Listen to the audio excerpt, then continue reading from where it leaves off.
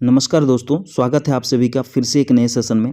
आज हम इस सेशन में देखेंगे झारखंड सामान्य ज्ञान से संबंधित एक बहुत ही महत्वपूर्ण टॉपिक है खड़िया जनजाति। यह टॉपिक झारखंड में होने वाले एग्जाम्स जेपीएससी या जेएसएससी से संबंधित कोई भी एग्जाम्स हो उसके लिए बहुत ही महत्वपूर्ण है। हर एक एग्जाम्स में 1 या 2 प्रश्न इस चैप्टर से देखने को मिलता ही है।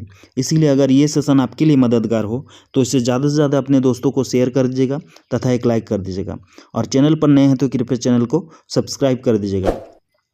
आज हम इस सेशन में देखेंगे खड़िया जनजाति से संबंधित प्रमुख बिंदुओं को, जो एग्जाम के पॉइंट ऑफ व्यू से बहुत ही महत्वपूर्ण है। दोस्तों, अगर आप झारखंड के जनजाति से संबंधित सारे सेशन को देखना चाहते हैं तो इस चैनल के प्लेलिस्ट में जाके देख सकते हैं, जिसमें संथाल जनजाति, मुंडा जनजाति, उरांव जनजाति तथा हो जनजाति से संबंधित प्रमुख सेशन चलाए गए हैं, जो एग्जाम के पॉइंट ऑफ व्यू से बहुत ही महत्वपूर्ण है। इसीलिए वो सेशन जाके आप इस चैनल के प्लेलिस्ट में जाके देख सकते हैं। ठीक है दोस्तों, तो आज हम देखेंगे खड़िया जनजाति। जैसा कि आप जानते हैं कि झारखंड 24 जिलों से बना है। 24 जिलों से बना है। झारखंड में कुल 24 जिले हैं, उसमें से 5 प्रमंडल हैं। उसमें 5 प्रमंडल है झारखंड। ठीक है, झारखंड में 5 प्रमंडल है। पहला प्रमंडल है संथाल परगना, दूसरा होगा उत्तरी छोटानागपुर, तीसरा है दक्षिणी छोटानागपुर तथा चौथा हो जाएगा कोल्हान प्रमंडल तथा 5वां है पलामू प्रमंडल। ठीक है, तो ये 5 प्रमंडल है। जहाँ तक है आज हम खड़िया जनजाति को देखेंगे, तो खड़िया जनजाति ये दक्षिणी छोटानागपुर में बसे हुए हैं। दक्षिणी छोटानागपुर में बसे हुए हैं। दक्षिणी छोटानागपुर कौन कौन से जिले मिलकर बना है? सिमडेगा, गुमला, खूंटी, रांची तथा लोहरदगा। ये 5 जिले मिलकर दक्षिणी छोटानागपुर बना है, ये याद रखिएगा। तो आज हम इस सेशन में जो देख रहे हैं वो खड़िया जनजाति से संबंधित सारे बिंदुओं को देखेंगे। ठीक है, देखिए खड़िया जनजाति मुख्यतः उसका जो निवास स्थान है वो गुमला और सिमडेगा जिले में हुआ है। गुमला और सिमडेगा जिले में हुआ है खड़िया जनजाति का मुख्य निवास। ठीक है, तो ये है गुमला जिला और ये आपका सिमडेगा जिला, ये याद रखिएगा। देखिए कुछ बिंदु हैं खड़िया जनजाति से संबंधित। प्रजातीय दृष्टि से खड़िया जनजाति को प्रोटोआस्ट्रोलॉइड समूह में रखा गया है, ये याद रखिएगा दोस्तों, बहुत ही महत्वपूर्ण पॉइंट्स है। खड़िया जनजाति 3 शाखाओं पहाड़ी खड़िया, दूध खड़िया तथा ढेलकी खड़िया में विभक्त है। खड़िया जनजाति 3 शाखाओं पहाड़ी खड़िया, दूध खड़िया तथा ढेलकी खड़िया में विभक्त है। खड़िया जनजाति की सर्वाधिक जनसंख्या गुमला सिमडेगा जिले में निवास करती है। खड़िया जनजाति की सर्वाधिक जनसंख्या गुमला सिमडेगा जिले में निवास करती है। ठीक है, अगला पॉइंट से रोहतासगढ़ को खड़िया जनजाति का मूल निवास स्थान माना गया है। रोहतासगढ़ को खड़िया जनजाति का मूल निवास स्थान माना गया है। खड़िया जनजाति का सर्वाधिक ईसाईकरण हुआ है। ठीक है, ईसाईकरण सबसे ज़्यादा खड़िया जनजाति का ही हुआ है, ये याद रखिएगा दोस्तों। ठीक है, अगला पॉइंट से खड़िया जनजाति के गांव शंख कोयल नदियों के तट पर बसे हुए। ठीक है, खड़िया जनजाति के गांव शंख तथा कोयल नदी के तट पर बसे हुए हैं। खड़िया जनजाति की भाषा खड़िया का संबंध ऑस्ट्रिक एशियाटिक परिवार से है। बहुत ही इंपॉर्टेंट पॉइंट्स है दोस्तों, ये सारे पॉइंट्स याद रखिएगा। अगला पॉइंट से खड़िया जनजाति में सर्वाधिक प्रचलित ओलोलदाई या असल विवाह प्रचलित है। खड़िया जनजाति में सर्वाधिक प्रचलित विवाह ओलोलदाई या असल विवाह है। ठीक है, नेक्स्ट पॉइंट है क्रय विवाह को खड़िया जनजाति में ओलोलदाई एवं असली विवाह के नाम से जाना जाता है। क्रय विवाह को खड़िया जनजाति में ओलोलदाई या असली विवाह के नाम से जाना जाता है।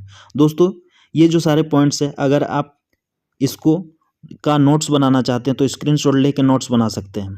ठीक है दोस्तों, ये जो सेशन है ये बहुत ही महत्वपूर्ण है झारखंड में होने वाले एग्जाम्स के लिए, चाहे वो जेपीएससी हो या जेएसएससी से संबंधित कोई भी एग्जाम्स हो। इसीलिए दोस्तों मैं आप लोगों से यही रिक्वेस्ट करना चाहता हूं, अगर आप चैनल पर नए हैं तो कृपया चैनल को सब्सक्राइब कर दीजिएगा तथा बेल बटन को प्रेस कर दीजिएगा।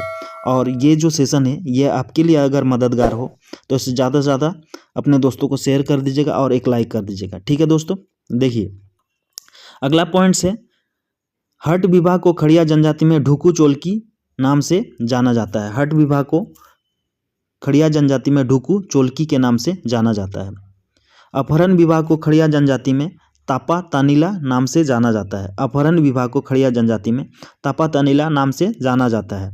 सह पलायन विवाह को खड़िया जनजाति में उधरा उधरी नाम से जाना जाता है। सह पलायन विवाह को खड़िया जनजाति में उधरा उधरी नाम से जाना जाता है। अगला पॉइंट है, खड़िया जनजाति का सबसे बड़ा देवता बेड़ो है। खड़िया जनजाति का सबसे बड़ा देवता बेड़ो है। बेड़ो मतलब क्या होता है? सूर्य होता है, ठीक है, सूर्य भगवान होता है। खड़िया जनजाति का सबसे बड़ा देवता बेड़ो है। अगला पॉइंट है, खड़िया जनजाति के लोग पहाड़ देवता को पाटदुबो कहते हैं। खड़िया जनजाति के लोग पहाड़ देवता को पाटदुबो कहते हैं, ठीक है। खड़िया जनजाति के लोग पहाड़ देवता को पाटदुबो कहते हैं, ये याद रखिएगा। अगला पॉइंट है, खड़िया जनजाति के लोग वन देवता को बोराम कहते हैं। खड़िया जनजाति के लोग वन देवता को क्या कहते हैं? बोराम कहते हैं, ठीक है। ये याद रखिएगा दोस्तों, बहुत ही महत्वपूर्ण पॉइंट्स हैं, ठीक है। ये सेशन ज़्यादा लंबा नहीं होगा, इसीलिए मैं आप लोगों से यही कहना चाहूँगा, ठीक है। पूरा इस सेशन को देखिए, यहाँ से 1 या 2 प्रश्न देखने को मिलता ही है, ठीक है। नेक्स्ट पॉइंट्स है, देखिए, खड़िया जनजाति के लोग अपनी भाषा में भगवान को गिरिंग बेरी या धर्मराजा कहते हैं। खड़िया जनजाति के लोग अपनी भाषा में भगवान को गिरिंग बेरी या धर्मराजा कहते हैं। खड़िया जनजाति का धार्मिक या प्रधान या पुजारी कोला कहलाता है, ठीक है। खड़िया जनजाति का धार्मिक प्रधान या पुजारी कोला कहलाता है। बहुत ही इंपॉर्टेंट पॉइंट है दोस्तों, इसको याद रखिएगा, ठीक है। बाबिड बंगारी कादोलेटा पर्व का संबंध खड़िया जनजाति से है। बाबिड बंगारी कादोलेटा पर्व का संबंध खड़िया जनजाति से है। अगला पॉइंट से, खड़िया गांव का मुखिया प्रधान कहलाता है। खड़िया गांव का प्रधान क्या कहता है? मुखिया क्या कहलाता है? प्रधान कहलाता है। खड़िया गांव का मुखिया प्रधान कहलाता है, याद रखिएगा दोस्तों, बहुत ही इंपॉर्टेंट पॉइंट्स है ये सारे। नेक्स्ट जो अंतिम पॉइंट्स है खड़िया जनजाति से संबंधित, ग्रामीण पंचायत को खड़िया जनजाति के लोग दंडिया कहते हैं। ग्रामीण पंचायत को खड़िया जनजाति के लोग दंडिया कहते हैं। बहुत ही इंपॉर्टेंट पॉइंट्स है। अंतिम पॉइंट्स बहुत ही महत्वपूर्ण पॉइंट्स हैं दोस्तों, इसको याद रखिएगा, ठीक है। तो दोस्तों आज के सेशन को मैं यहीं समाप्त करता हूँ, यह है आज के लिए, ठीक है। अगला सेशन में मैं आप लोगों से फिर मिलेंगे, ठीक है। तब तक के लिए खुश रहिए, मस्त रहिए और जल्दी से सफल होइए तथा ज़िंदगी को एंजॉय कीजिए। और आप लोगों से मैं यही कहना चाहूँगा कि अगर आप चैनल पर नए हैं तो कृपया चैनल को सब्सक्राइब कर दीजिएगा तथा इस चैनल के जो सारे वीडियोज़ है उसको ज़्यादा से ज़्यादा आप शेयर कर दीजिएगा दोस्तों, ठीक है। जय हिंद, वंदे मातरम।